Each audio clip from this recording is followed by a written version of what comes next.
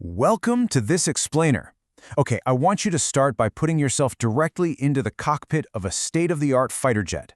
Imagine you're flying at twice the speed of sound. You're strapped in, you've got the most advanced technology in the world literally right at your fingertips, and you feel, well, entirely invincible. Why? Because your radar can spot incoming threats from a full 100 kilometers away. You have this massive buffer of time and space to react to absolutely anything the sky throws at you.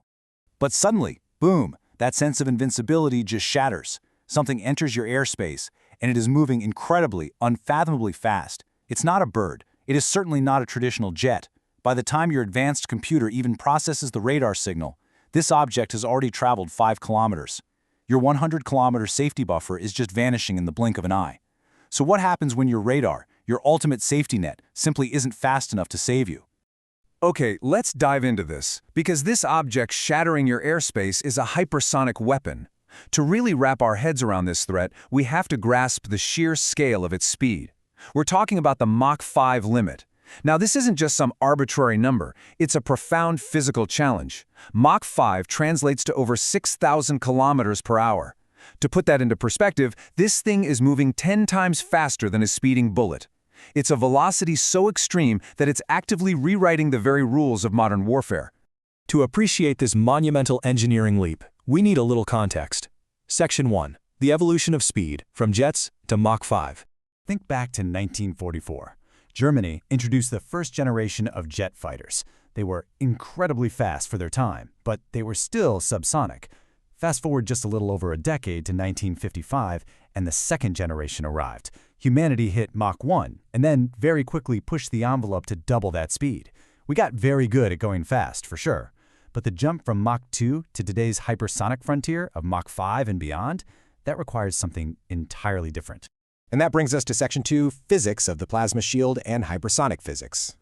Now, what's really interesting about this slide is that going hypersonic isn't just about building a bigger engine and strapping it to a missile. When you push an object past the sound barrier and eventually up to Mach 5, the fundamental physics of the environment change entirely. As you crank up the speed, an object faces massive physical challenges, namely extreme air resistance and intense shock waves. The source material describes this brilliantly as a pressure cooker effect. When you dial up the heat and the speed to Mach 5, the pressure builds up exponentially. The air doesn't just flow around the weapon anymore. The intense energy actually causes the air to chemically change. It transforms into a hot soup of charged particles. This is what we call plasma shielding, and it literally renders the object invisible to traditional radar. No way, right? Let's break this down methodically into 4 steps to see exactly how scramjet engines sustain this effect. Step 1. The weapon accelerates to that critical Mach 5 speed. Step 2. The extreme velocity triggers that exponential pressure buildup, our pressure cooker. Step 3. The sheer force and heat cause the chemical transformation of the surrounding air right into plasma. And finally, Step 4. Because radar waves cannot penetrate this plasma layer effectively, you achieve radar invisibility. It's a brand new, frankly terrifying form of stealth born entirely out of extreme speed. Moving right along to Section 3, Stones versus Maneuvering Flies, Predicting the Path. Now, you might be asking a very logical question right about now. Wait, don't we already have missiles that go this fast? And you would be absolutely right. Intercontinental ballistic missiles, or ICBMs, have been around for a long time, and they reach staggering speeds. As they fall back to Earth from space, they can hit Mach 20, or even an astonishing Mach 33. So speed alone isn't the new factor here. The real difference lies in how we defend against them. Currently, advanced defense systems like the American Patriot system or India's Prithvi defense vehicle rely on a concept called proportional navigation. Because an ICBM's trajectory is entirely set by gravity and initial momentum, it follows a very predictable mathematical path. Proportional navigation uses that predictable path to calculate an exact future kill point.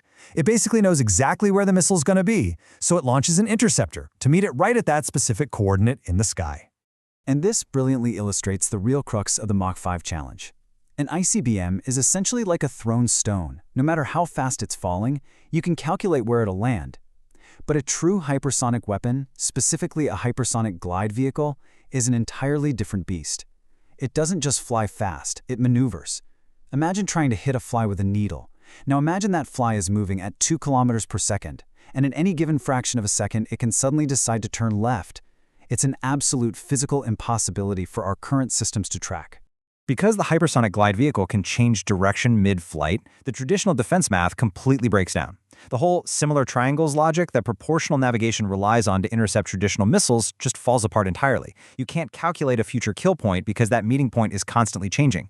The math we've literally spent decades perfecting is suddenly rendered completely useless against an unpredictable, maneuvering target. This sobering realization that our defensive math is obsolete brings us to Section 4, the global hypersonic race, global competition. Because of this massive defensive blind spot, the world's leading military powers are currently locked in a very high-stakes sprint.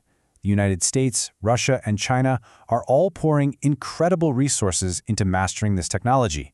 India is also actively developing its own capabilities through its HSTDV project. The motivation across the board is grounded in one terrifyingly simple rule. If you can't predict where a weapon is going, you cannot stop it. So the crucial point is that we aren't just looking at a new weapon here. We're looking at a fundamental shift in how defense works. The source material calls this a system of systems shift. Think about how military aviation is currently shifting from human-piloted jets to AI-controlled drone swarms. Hypersonic technology represents an equally massive paradigm shift. It takes the entire global network of traditional radar and mathematical interception and makes it effectively obsolete overnight. Which brings us to our final thought for today.